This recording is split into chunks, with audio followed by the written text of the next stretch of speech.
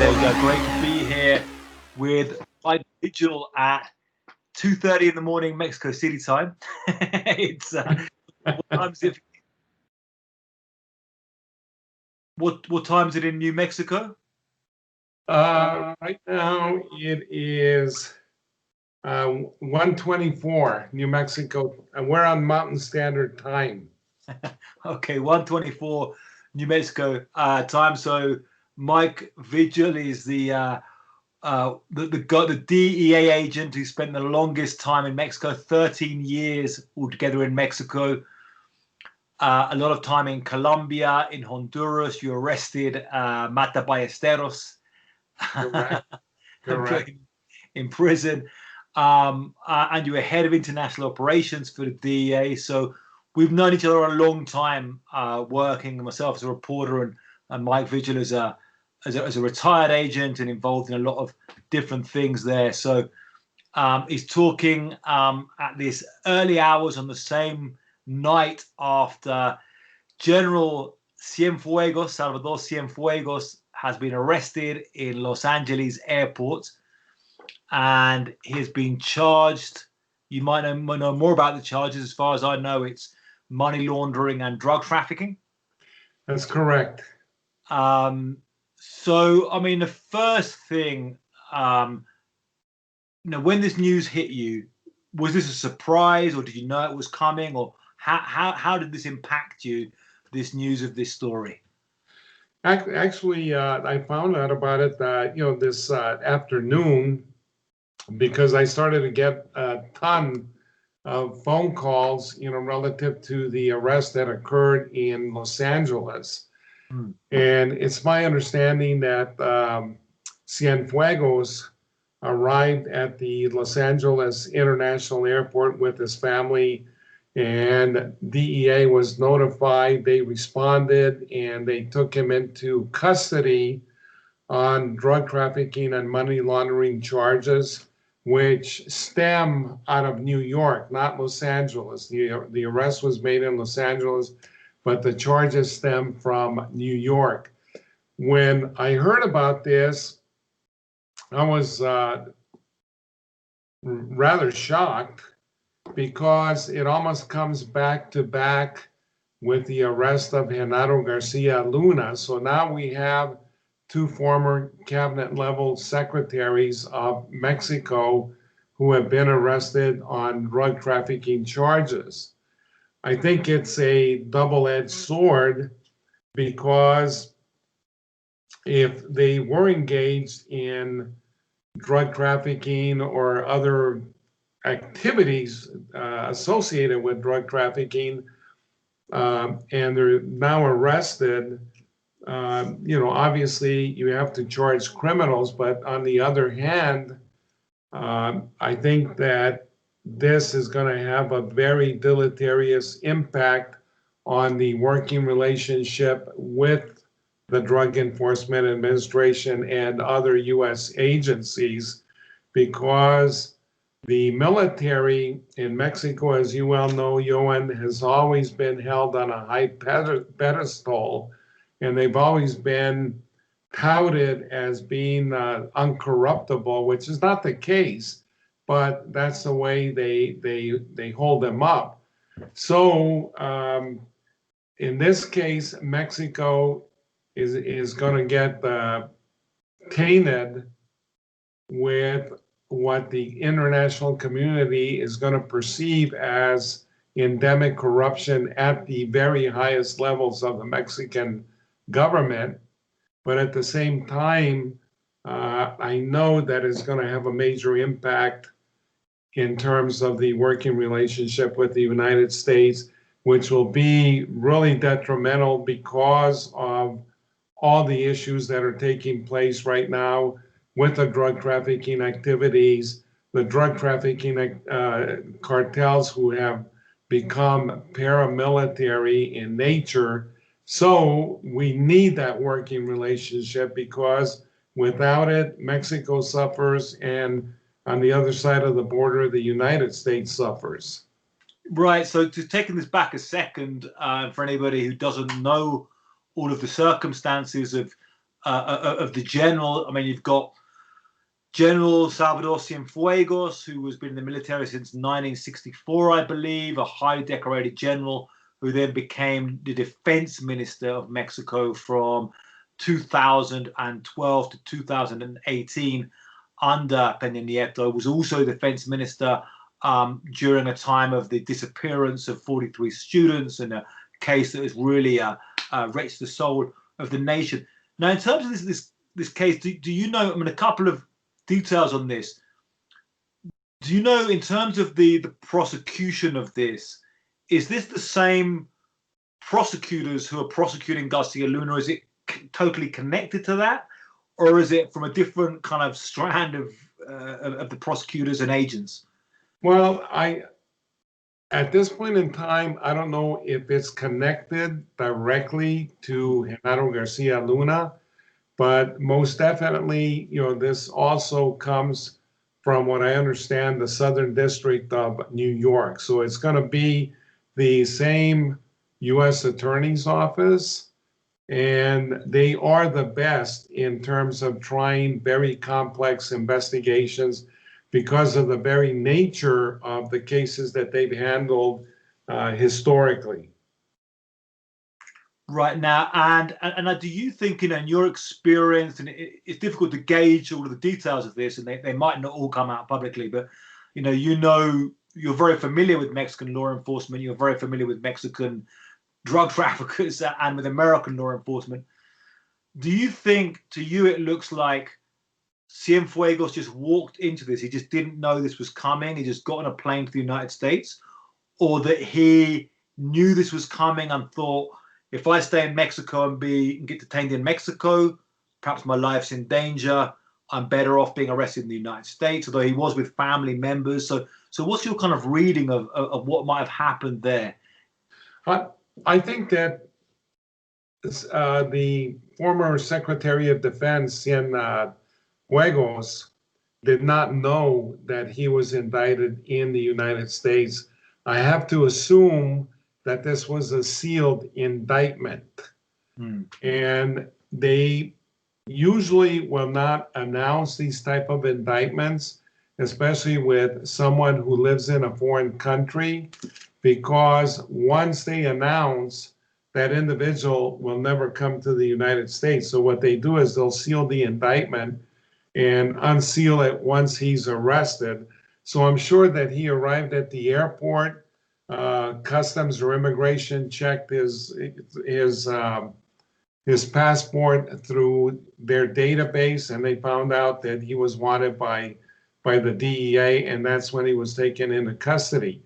Now, when the Chapo Guzman trial was ongoing in New York, as you well know, there were a lot of nefarious individuals that came out and they testified.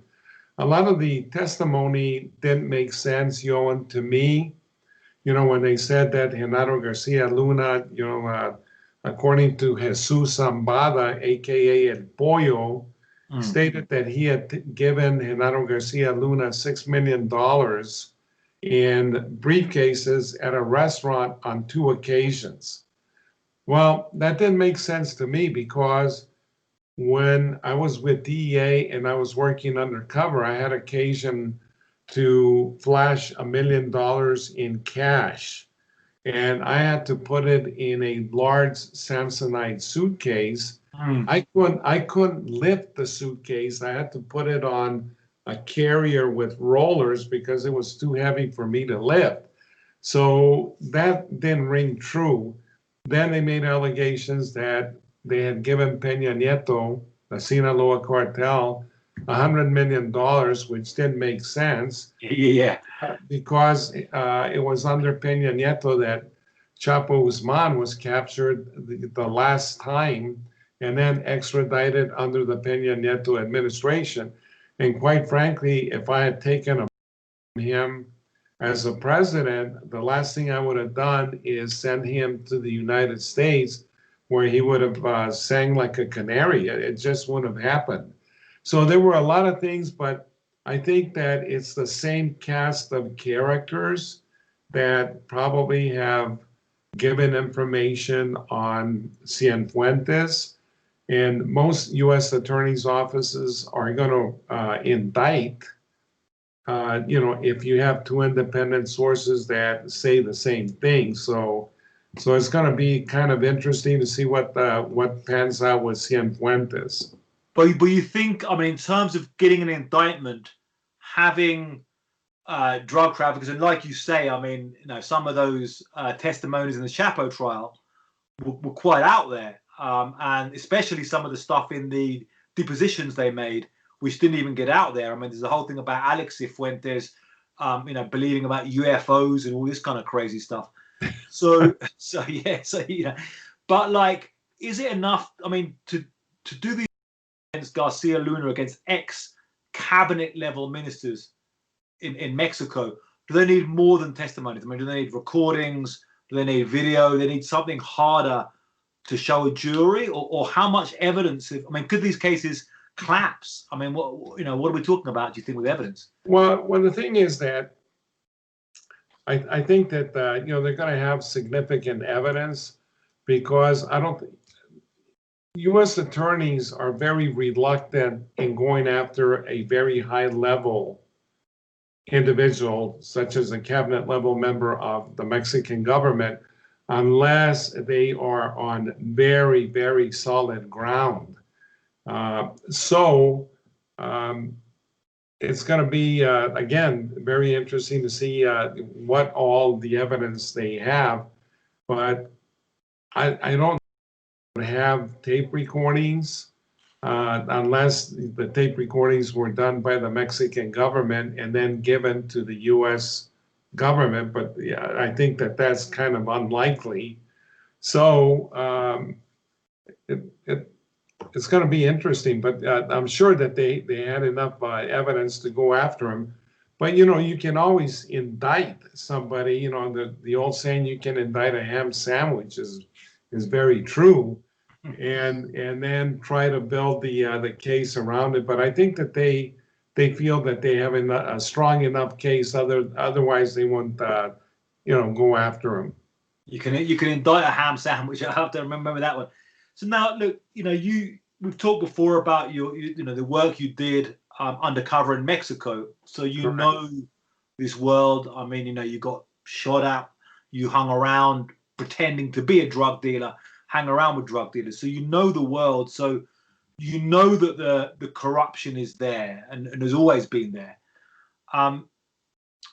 But I mean, how? You said this could really hurt the U.S.-Mexico relationship, because we're seeing at what level the corruption was. Now, do you think it got worse from the 90s into the 2000s? I mean, from what we're seeing now, this level of generals and cabinet ministers, was it worse than it was in the 90s? Has it always been the same? How can we understand this corruption? And, are there good soldiers and generals out there as well, or is the entire system kind of working with drug traffickers? I think that the corruption is endemic. It's always been endemic, but I have never seen a situation where we have two cabinet level members of the Mexican government be indicted and be arrested here in the United States. When I worked in Mexico, I would always find cadres of Mex Feds, for example, that I could work with. Now, they may not give me A, B, and C, but they would give me D through Z. So, I learned to work within those parameters, because, I didn't establish those parameters, but I understood, the corruption. But I've never seen it like this, where two back-to-back cabinet level ministers have been indicted. Yeah, so I mean, this is crazy times, and we're in crazy times generally. I mean, with all of these things going on now. As you say, that the situation in Mexico is still extremely violent. I mean, how much, and the violence is connected to this whole 15 years of an armed crackdown, and then it's kind of carrying on. Did you ever meet General Cienfuegos? Did you ever meet him at all, or have you been in any events with him when you were in Mexico? No. I was I had retired when he was named Secretary of Defense. Actually, I heard about that because I was in Mexico, but working in the private sector with a company, and I heard that Peña Nieto was probably going to name Cienfuegos as the Secretary of Defense, and I said, that may not be a good idea, because I had heard rumors. But I underscore that. It was rumors, nothing that anybody could sink their teeth into. But I had heard rumors of potential corruption, and so this happens. But I think that when you take a look at everything that's going on in Mexico, with the escalation of violence, with more and more cartels popping up, not as supersized as the Sinaloa or the Jalisco New Generation cartel, but they're popping up.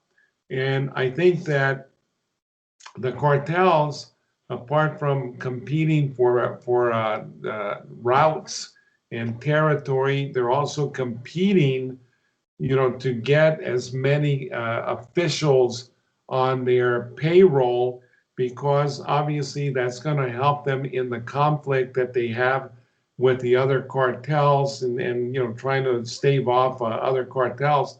So given that situation, I don't think that run-of-the-mill corrupt officials will work for them. They really need people at a very high level to be able to do the things that they want to do and survive.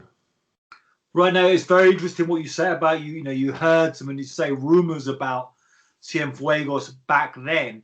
Now, I remember you did some work when you were post DEA, I think in the private sector. You did some work with the Mexican Marines around some of these times. Now, was there already at that time, so we're talking about the early 2010s, was there already a big distrust by the Marines of the Mexican army at that time, and generally of the Mexican army? I mean, there was the case when Arturo Beltran Leiva was killed on DEA information was given to them, and at that point there was later there was WikiLeaks exposés of the ambassadors saying we didn't trust the Mexican army. The American law enforcement community had no trust in the Mexican army at that point, but they did have trust with the Marines. Was that the case, you think, during this whole time, that you saw the army as pretty badly compromised, but the Marines as being a hope, and that's why they were used in the operations against Chapo and so forth? That's correct, because I remember again because I went to Mexico the first time in 1978, and the Mexican army was the institution that was just highly touted by the Mexican government, and they put it out there as, this is the best institution that we have. This is an institution we rely on. But I quickly saw that was not the case, because there was a lot of corruption. There was issues, if you recall, with Rebollo. There was things that actually took place with the army. And I remember we were able to get a video of army officers training drug traffickers in the use of weapons out in the mountains. We actually have that video. Then, if you recall, in the early 1990s, the massacre in Los Llanos de las Víboras, where I basically handled this operation called Halcón in Mexico, where we would intercept aircraft coming up through the Eastern Pacific and the Western Caribbean. And we tracked a single engine aircraft coming up the Pacific, and then it turned towards Veracruz. It lands, a female and a male exit the plane. One of our interdiction planes carrying Mex Feds lands there. And they're ambushed by the Mexican army.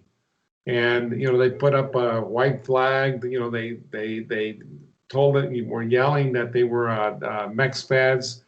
They had a plane that was the color of the PGR, the white and blue, and they called the commanding general of that zone, Yohan, and told him to desist twice. And he went out there with a company-sized force and ended up killing most of that interdiction team. And the general, like 2 generals and other officers, went to prison because the most damaging evidence was the fact that some of the Mex Feds had their heads bashed in with rifle butts. One of them had a weapon put in his mouth and his head blown off. So those are things that, we started to see. So rather than working with the Army in the, during the last several years, instead of the Army, we work with the Marines because they're better trained and they're, less corrupt than the Army. So you have a very volatile situation in Mexico, Yohan, where the feds and the Army will never work with the state and municipal police forces because they're in the hands of in the pockets of the drug traffickers. And then you have the Mex Feds and the military that really don't trust each other either. So in the middle of that, you have the Mexican Marines. So you have a lot of distrust because of the corruption, because of so many things. So there's not a cohesive issue with the security forces that would allow them to do a better job.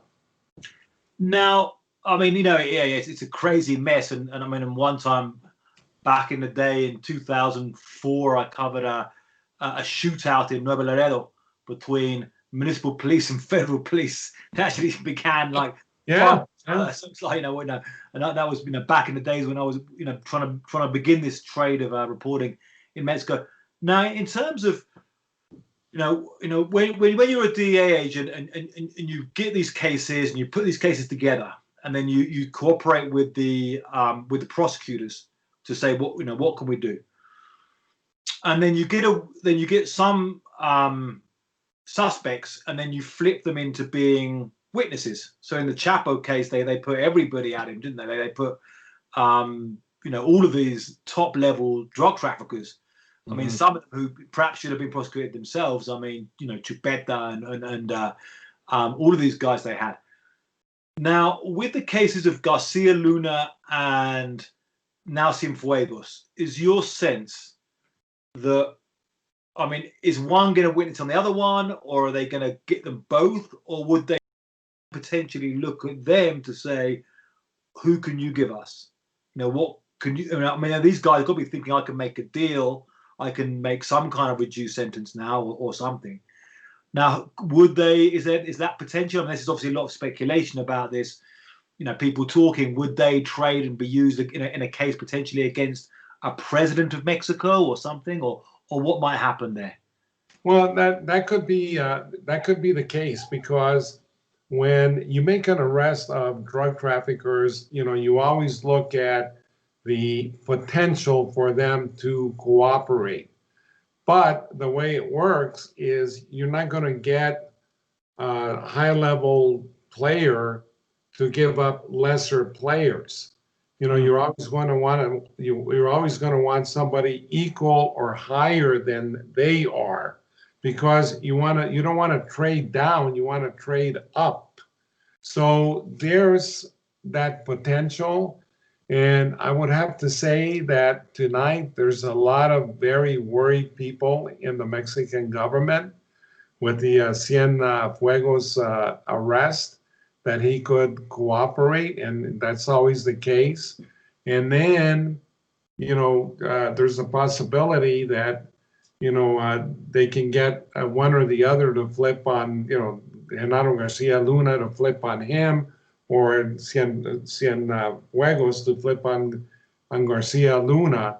But, and I'm sure that all these guys that testified with Chapo Guzman, a lot of them are willing to testify against Cienfuegos. So it's going to be like a rat trap, in a very agitated state right now. And he's 72 years old, I believe, Cienfuegos. So he's 72 years old. So he can't afford to go to jail for even a few years, because that could be a life sentence to him. What do you think the mentality is? I mean, at that age, I mean, is some of it thinking, well, I mean, you want to have the rest of your life free? I mean, you could be living for now 10, 15, 20 years, or do you think, well, I'm this age anyway? I mean, you think it's worse for an old guy to go to prison or a young guy to go to prison in terms of their mentality? It all depends, because I think that the one that has much more to lose is Cienfuegos, because of his age. And he's got a family, and who wants to spend, the whatever time they have left behind bars. So he would be more likely to cooperate than Genaro Garcia Luna. Genaro Garcia Luna right now does not want to cooperate. He's pleading not guilty, but that could all change once, they start getting into discovery, once they start getting into, the trial itself. He may say, okay, well, I'll find myself guilty, so I don't have to spend so much time in prison. But Cienfuegos is going to have to give somebody as high as he is, or maybe a president or another cabinet level member for any consideration to be given in terms of the charges that are pending against him. Now, I mean, like you were saying, this is kind of a double-edged sword. It's kind of a blow to, it's an achievement by agents involved in, bringing down any major target. But it was also kind of a big blow to actually how Mexico and US can work together in security issues. Is there hope for the Mexican security forces right now? I mean, it's kind of, we've seen this, and we've seen, I mean, and it brings into light, I mean, these massacres that we've seen where the Mexican army have carried out, in various places, big massacres of people.